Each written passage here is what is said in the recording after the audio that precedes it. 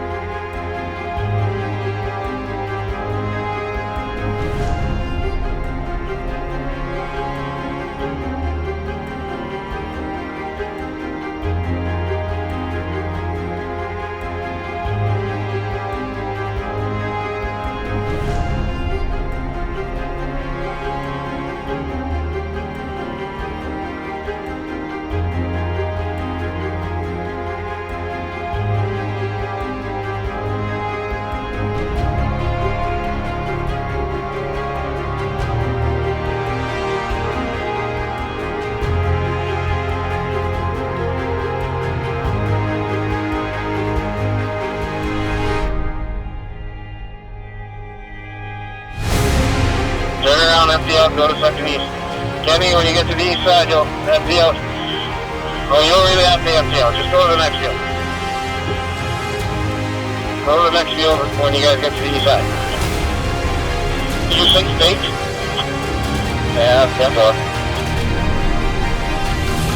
Where's the fuel guy? He's on the west headland. Halfway. And 4.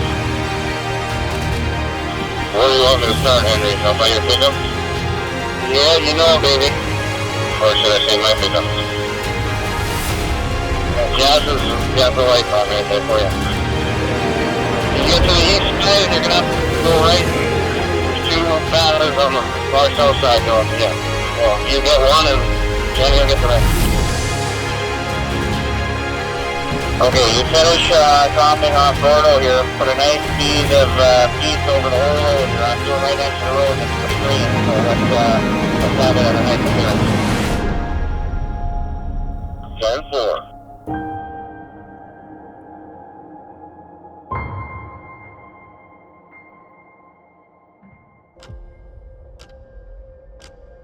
So each morning we get together, the guys are all coming into the office, punching in, coming in, grabbing a cup of coffee. What we do is we try to get them all on the same page. We try to get everybody to understand what fields we're digging, who's in what trucks, just try to get all the bases covered with everybody, and then we head on out for the day. Joe, what truck was Joe in yesterday? He switched out into 1. You'll be in 9 this morning, the trail. Okay, we move fields. We're gonna move fields again today. We had a good day yesterday when the opening that we did yesterday and the moving around, and we did good. It went pretty smooth, I thought. Okay, good job. Today, we're gonna be all hauling to Drayton. Okay, everybody's hauling to Drayton. Okay, let's go kick some ass. Goodbye. Drive safely. Do it right, fellas, be the best.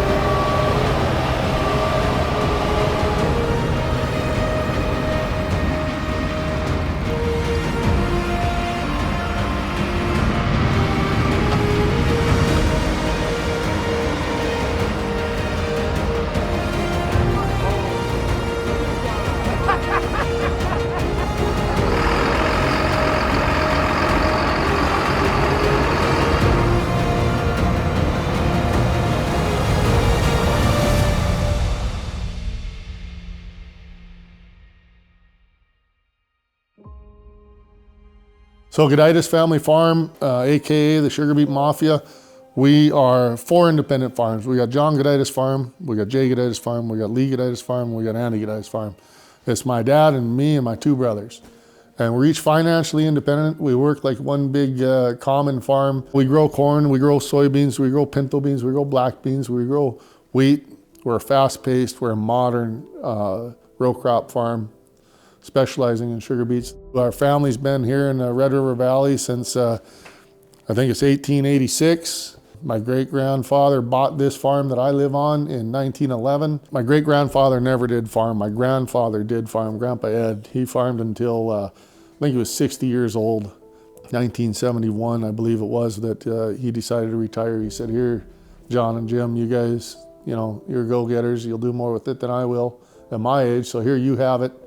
See what you can do with it. And both my dad and my uncle did well, had a good start, did well, and got things going pretty good here for us. We call ourselves a sugar beet farm because that's where we make our money. That's what our thing is. That's where our bread and butter is. It's in sugar beets.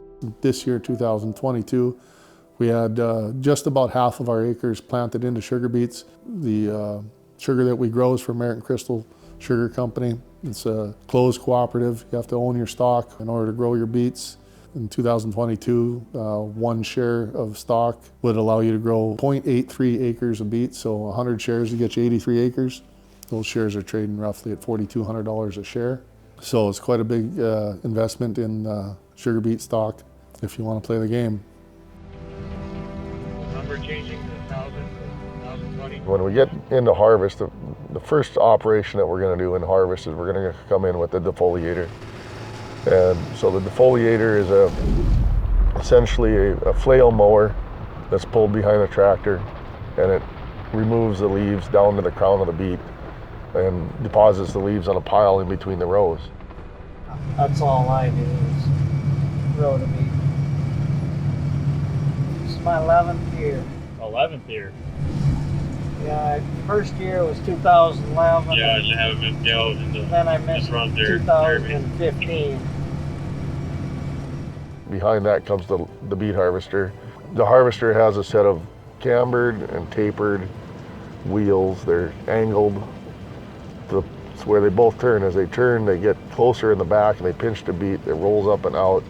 As it rolls up, the wheels open up wider. So as the paddle shaft beats the beet out of the lifting wheel, it puts it back onto the header of the harvester, and it lands on a set of rollers, and then the beet will get in between and it'll just move them over to the center and then start moving them towards the back.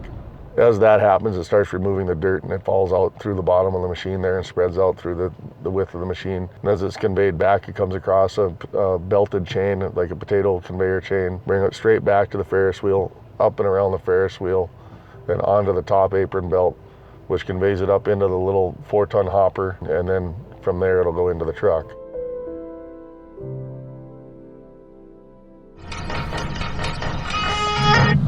Yep. Call Best Used Trucks, or call Helms, or call Burt's, or call somebody with tri-axles or quad axles and buy 5 trucks and fill them up with the drivers we got. All right. Buy trucks, buy more trucks. We had a bunch of hired trucks that were lined up to come. I think there was about 12 guys that said they were coming that ended up not coming. So at that point early in the harvest, I said, well, we can't do this for 3 weeks with 10 trucks short. You just do the math on 10 trucks, how many loads they're gonna miss over 3 weeks. That just adds days on the backside, and sometimes the weather doesn't give you those days. So I told Jay, I called him, I said, hey, we better do something and we better do it now. I mean, I'm short probably 20 trucks a day. I really wish I could help you, but I just can't. Yep, no problem. Okay. Right. Okay, thanks. I'm afraid I don't have anything right now. Nothing? Okay. I was looking at your website. It looked like you might have a half dozen or so. Well, they're gone. They are. All right. Well, thank you. On our farm for years, Jay and I have split our roles and our duties. And the easiest way to say it, if it's to do with paperwork, my brother Jay does it. And if it's to do with dirt work, I do it. So it's that easy. If it's dirt work, it's me. If it's paperwork, it's Jay. This past year with roughly 9,000 delivery cards to make sure they got into the right trucks on the right fields and to the right pilers, I basically just went out in the field with all those cards and I managed those cards and I handed them out. And on the backside, I'm hearing all the chatter of the planning and everything else and giving my input where it's needed, and so that's what I did. How's it going today? Hey, Jose. We work a lot. We can't go home, ever. Every time I send you guys home, you just spend money. That's why you save money. That's true.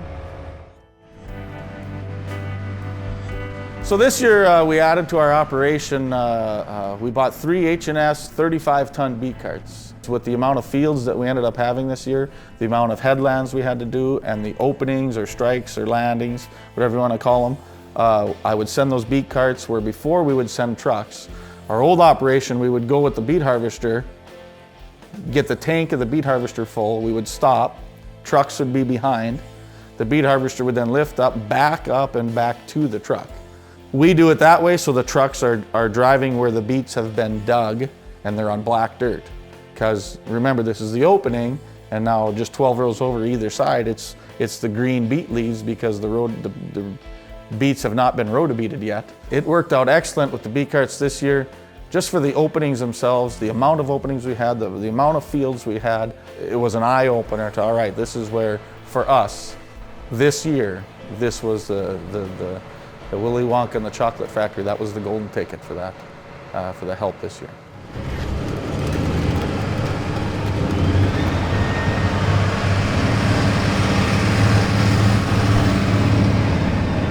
This is my first year with the Gudajtes. You have to be like on top of everything. It's pressure, stressful, but it's a good environment,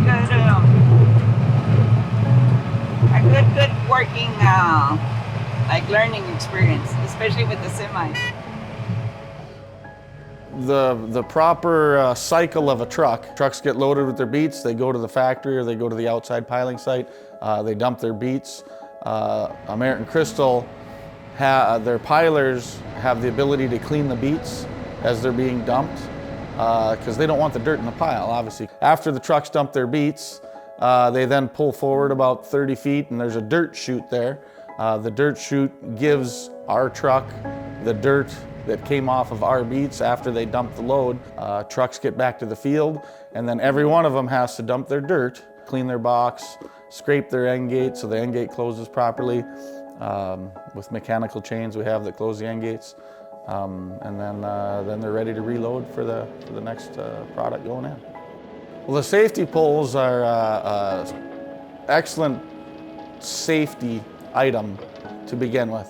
What they've taken away is the chains and the ropes that tractors and trucks and farmers would use to pull to free stuck equipment. And it's pretty much a rigid piece of iron. It's got the loop in the front of the truck, and then the pogo stick, I'll call it, on the tractor has got a pin that goes up, locks into that, so then you're pulling iron on iron. 100% way safer, way more efficient. Nobody has to get in or out of the tractor or the truck. You aren't slopping in the mud, you aren't slipping off the truck or the tractor after you walked out, hooked up your rope or your chain. It's just a complete safer way to free stuck vehicles, which can happen a lot during beet season, because if it's on the wet side, as long as the lifters can go through the field, you're probably going to be digging beets. So, and there's been times where we've pulled every truck in and out of a field.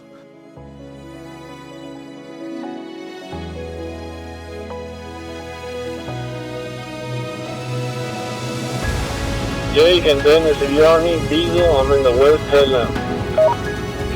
Jeremy, let me back up a little bit and get that front closer to me. Maybe I can empty out and I'll get to you. Can someone switch wall wagons right on, please? Yep, 10-4. Jake Johnson, once you're ready to go, pull under this lifter here and I'll empty out the hopper. Pull up and let me get out of the ditch. Pull up and let me get out of the ditch here. Northwest. Yeah, but that leads you to the northwest. They just see one driving the field. And on the north end of the field, you can get right on the dirt road. The north end of the field, for most of the ways, you can get right up on the dirt road and go west. 10-4. Thank you. Yeah, because the roads here where I'm at are getting pretty ugly. Yeah. 10-4. The beet carts are going to have to load in the northwest corner. Somewhere over there. Somewhere over the northwest corner, the beet carts. Just because it's soft here, we're technically right in a waterway here where all the water goes to the big rain, so when we can, the beet carts will load in the northwest corner in the pile pump. Right over there. Thank you. You want me to move over there now? When you're done. When you're done, we'll just try to contain them over there.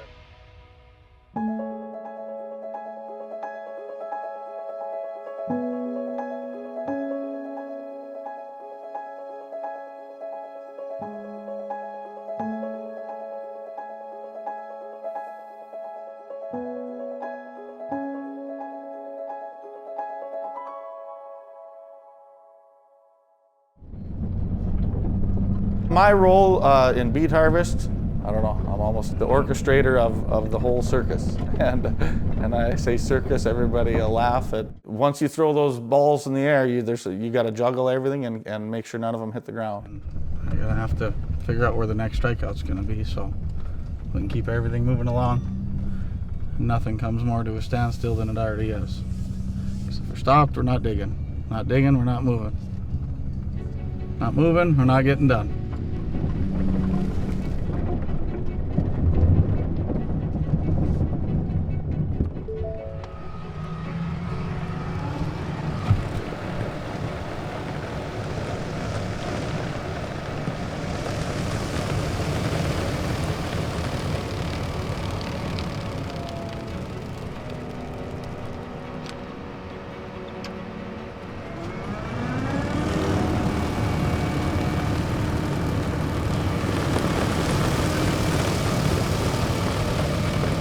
Get loading now, everything's opened up, ready to rock.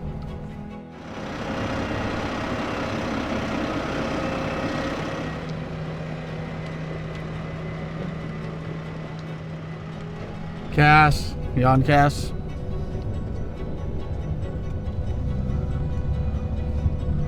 Yeah, go ahead. Well, Danny's losing beats out the center in the middle.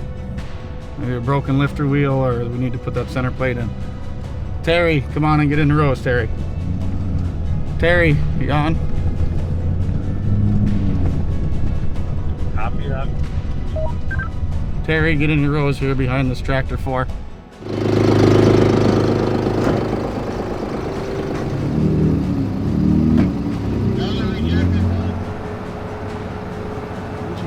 It's over here.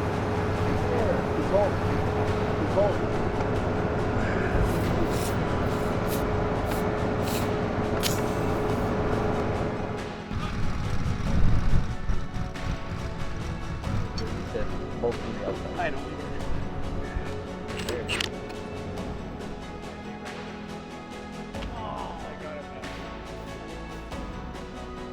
We have to be out in the field actively with fuel.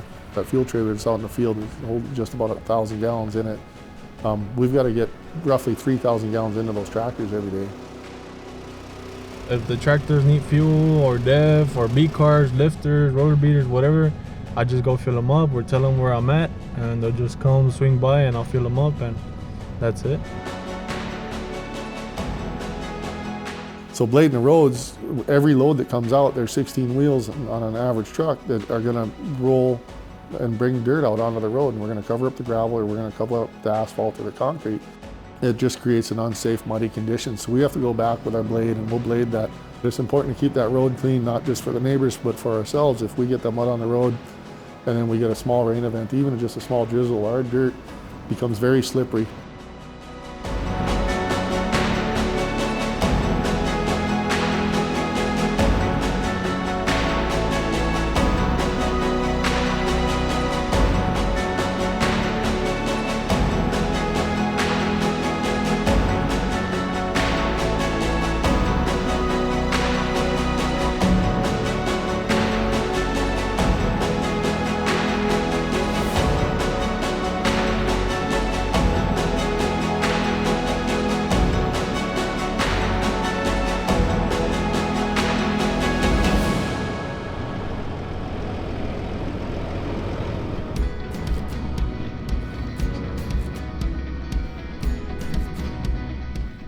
Get out of my way, Lee.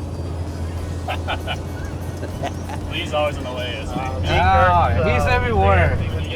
A lot of people that understand. Hey, How many years you been with Jay and Lee? This is my third. Third? Yes. Yeah, it's my third year. They're really nice guys, you know.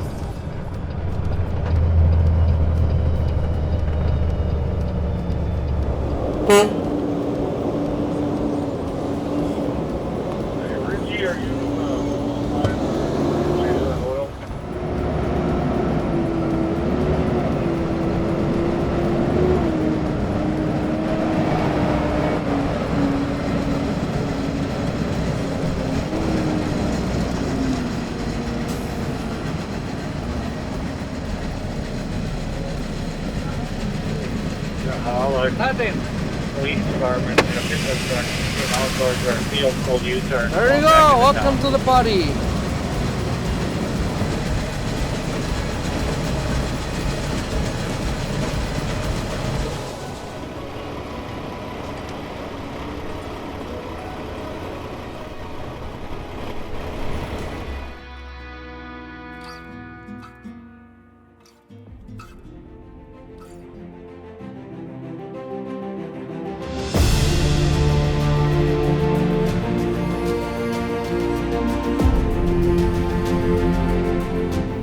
Hey, Kenny, can I go right here straight to you, or do I have to, is there like another approach?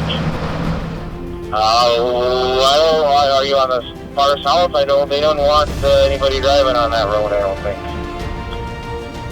No, I'm in the outfield. I'm pointing right at you. Facing east. Oh, never mind, that's a beat car, I just saw it. That's horrible. Yes, Ruben, you can go straight east and you'll get to a dirt road, and then you just cross the dirt road and you're in the farmer field. You can drive across anywhere.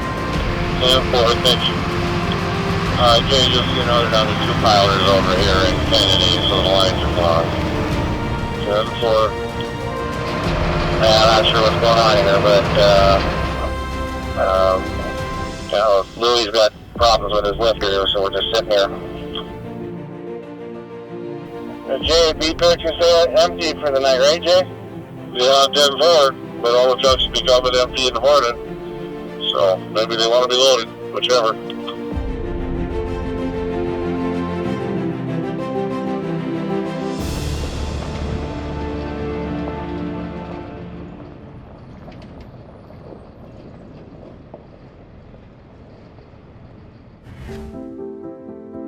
So I started cooking with my mother-in-law, Susan.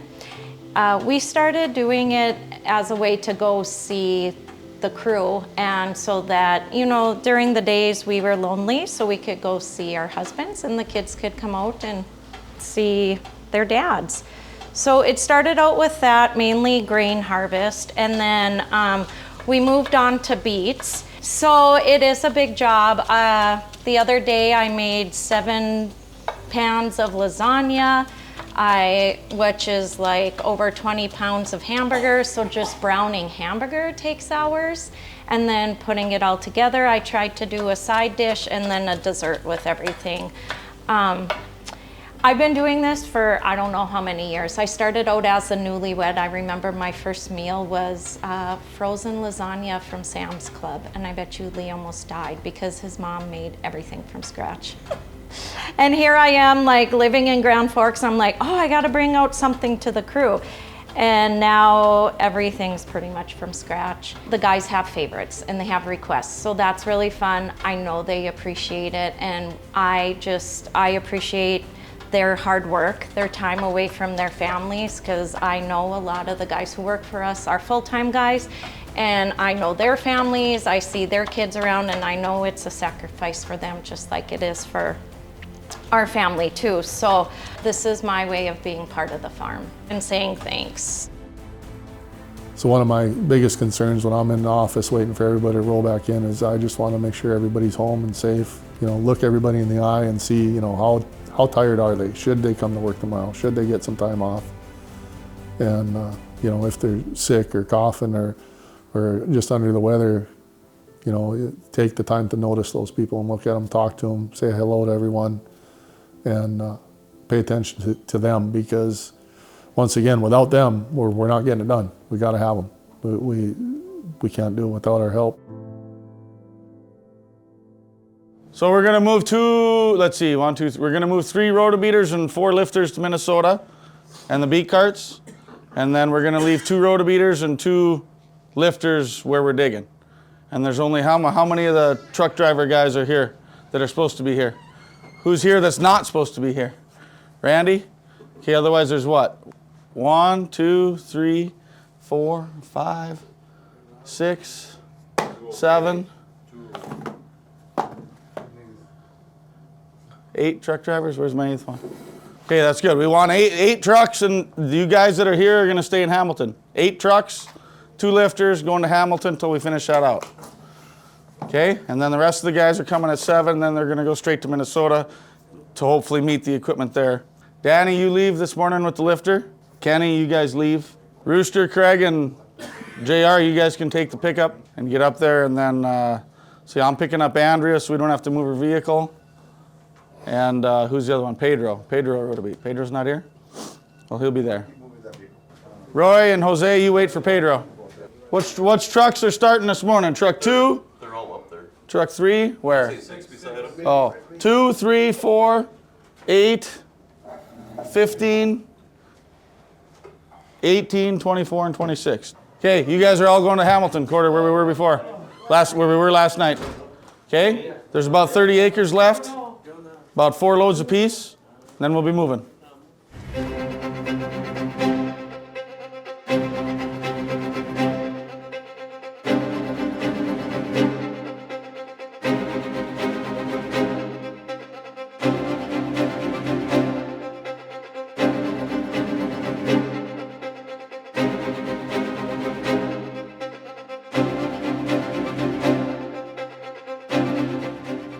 Get to the north end, pull out, go out the northwest corner, across the road. We're gonna go to Hanson West. What's going on? Moving them over to do the headland here. The little bell underneath. Yeah, 10-4. I just came off. It's still intact. It just came off the road. All right, we'll come fix you up. Hop in, Eric, or grab 2 3/4 inch wrenches.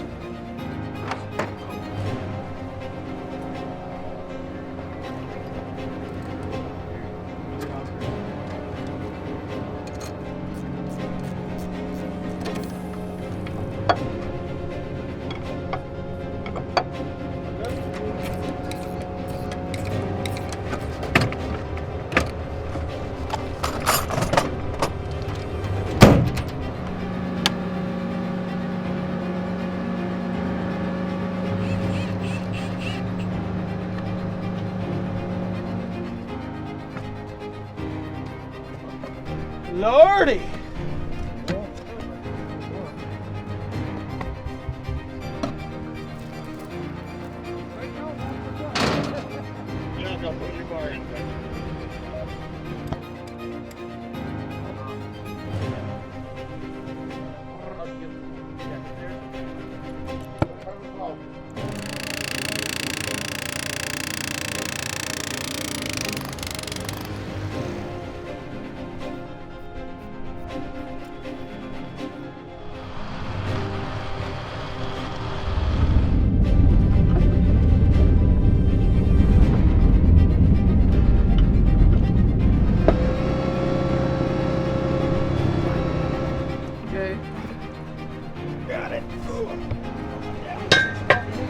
Yeah, put the fittings in the tailgate and swap them out.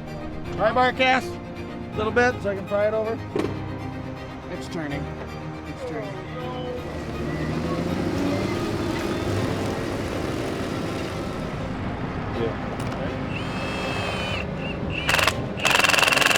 Okay, goodbye. Yep, thank you.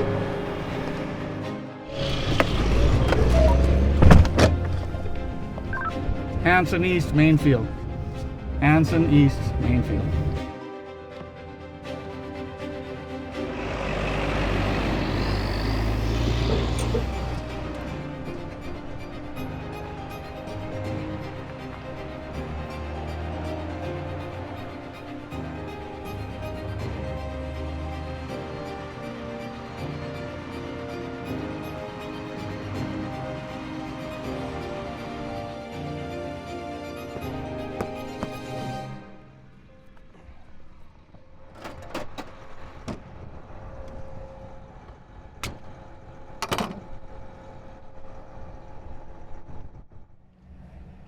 quit now, you can't start till 11 o'clock or midnight. Well, yeah, so what? What's the forecast tomorrow? Same as today.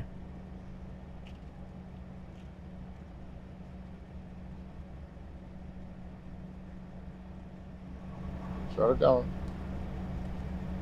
Be back at midnight. Well, that's what I say. After we get this opened up and go get McFarland's opened up now. Well, plenty of these guys can go home then. Yeah, that's what I think.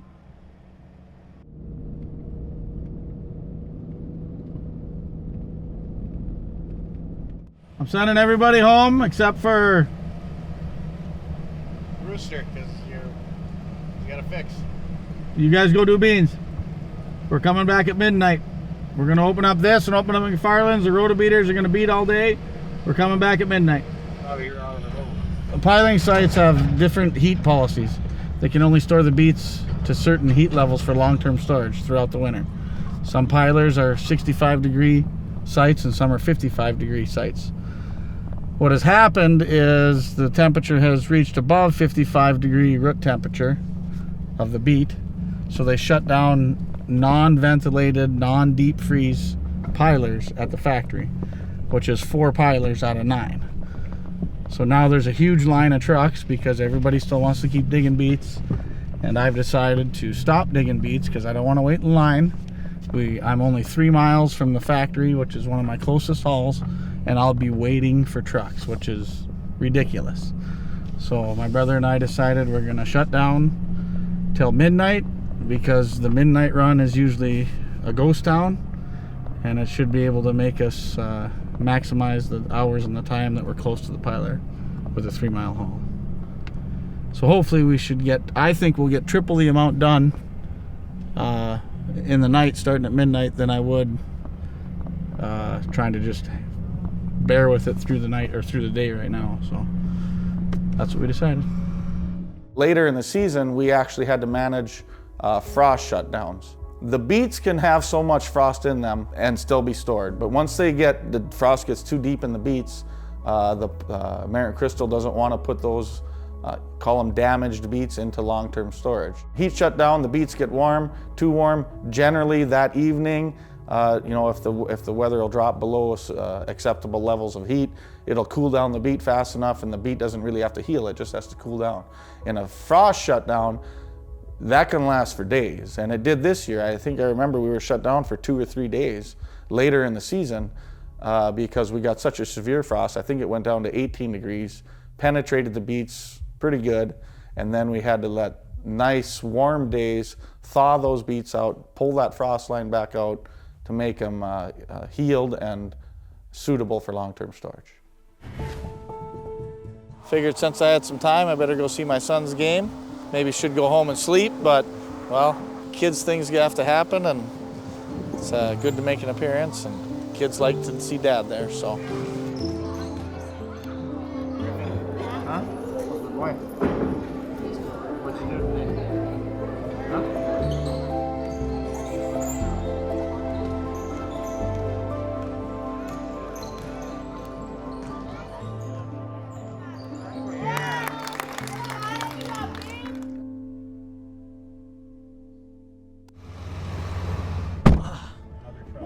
Morning. Okay, I'm parked behind every yard.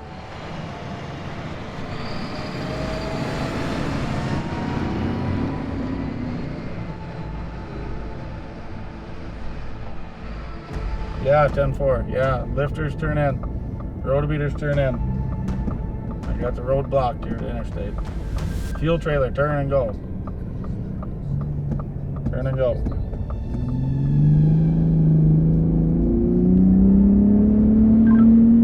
JR, roll your lights back one click, JR. You got all your field lights on. You're blinding. There you go. Thank you. Now we can see your flashing.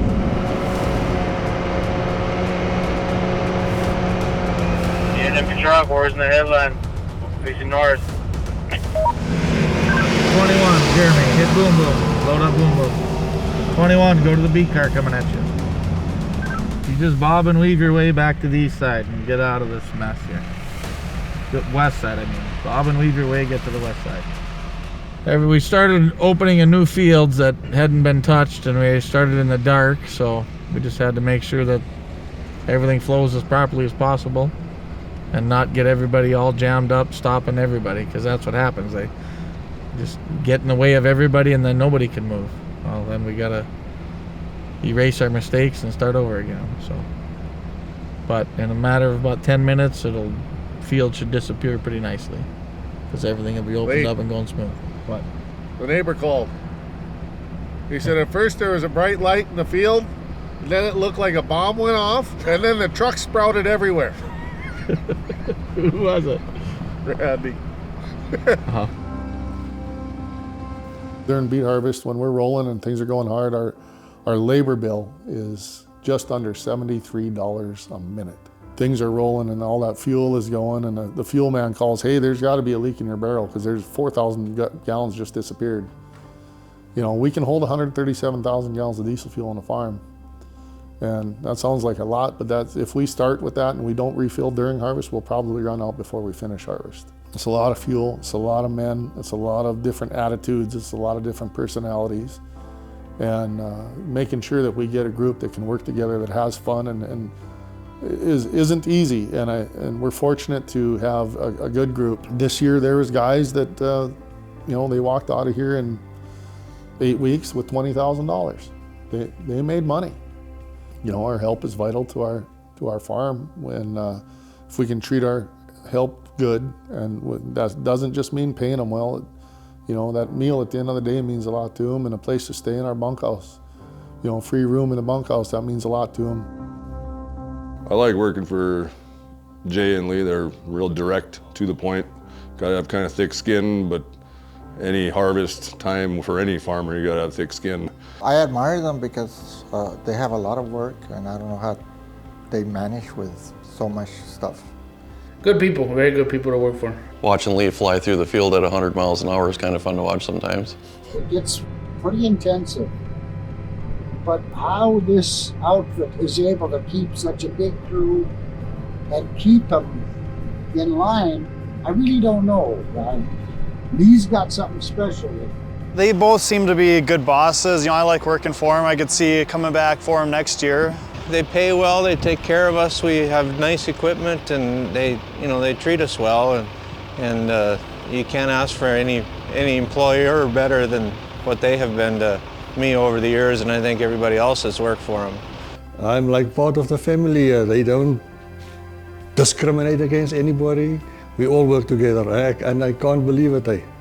We all as a group, and I'm enjoying what I'm doing here. It's a great place to work. I look forward to beet harvest, to harvest in general every year. I look forward to coming out here and spending as much time as I can. Oh, it's fun working here. I love it.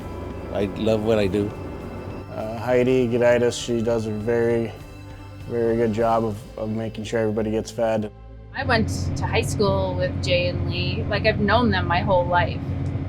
And I'm around farmers all the time, but I've never seen this side of them really, you know? So they should be very proud of themselves. It's a very successful business.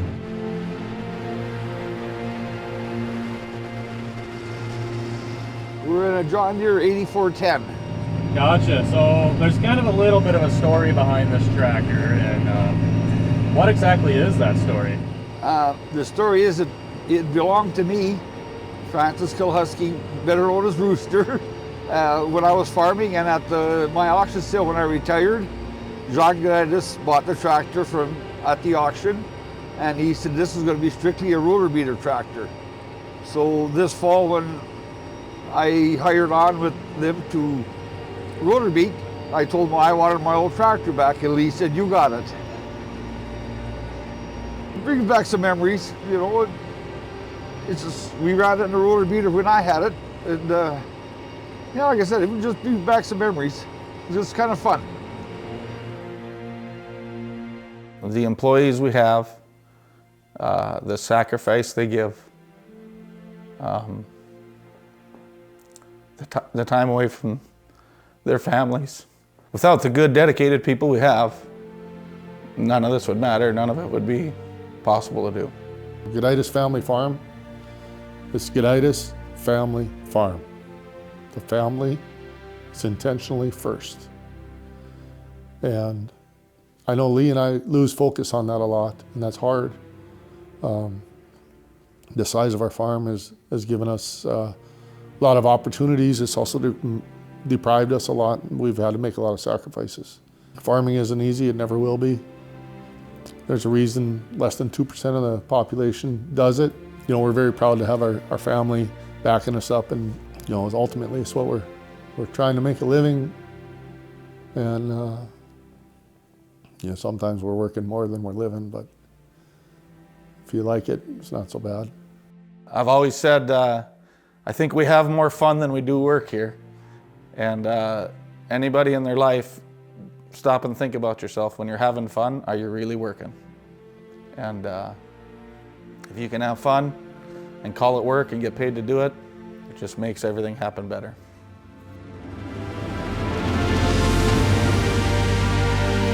Hey JF, I'm on 7 going into Kennedy, so I just go south from Kennedy, down the green. Well, if you're on 7 going into Kennedy, when you get to 75, you can take a right and go south to Donaldson, and then take a right and go back to green. Okay, thank you, sir. Hey, go ahead and empty all your man over to the west end. The short house, over the apple. We're done all in for the night. No more reload.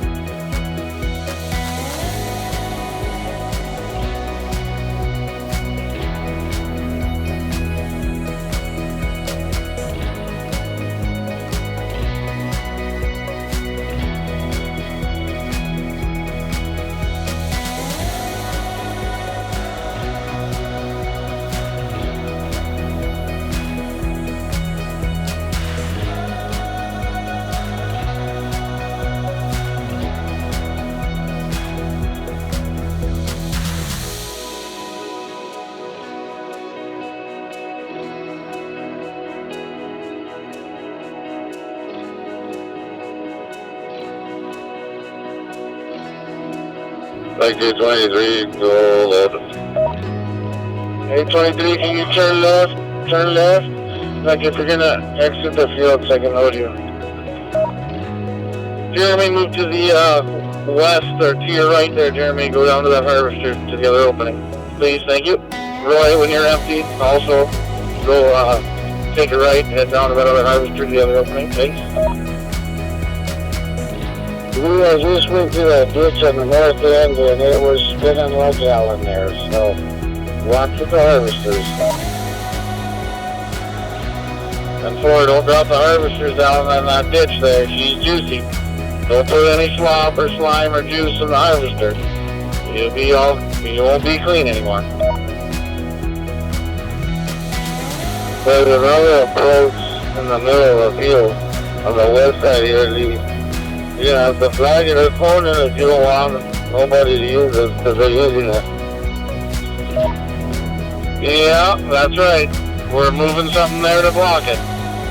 I said the northwest corner, not the middle on the west side. The northwest corner only, you can get in and out by the tile pump.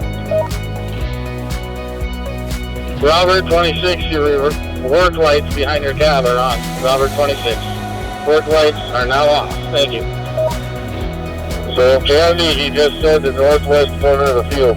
So you're going south. You need to turn around again. 10-4. His Rose, or is he going to be back up? He should jump over. He's gonna, but he's getting in the other harvester when this starts, so. He'll be up and running shortly. You can jump over for now. Truck drivers. The foreman at American Crystal just called me from the Kennedy Piler and the Humboldt Piler. And he said you guys have all been doing a really nice job and being nice and courteous. So thank you for that. Keep up the good work. 10-4.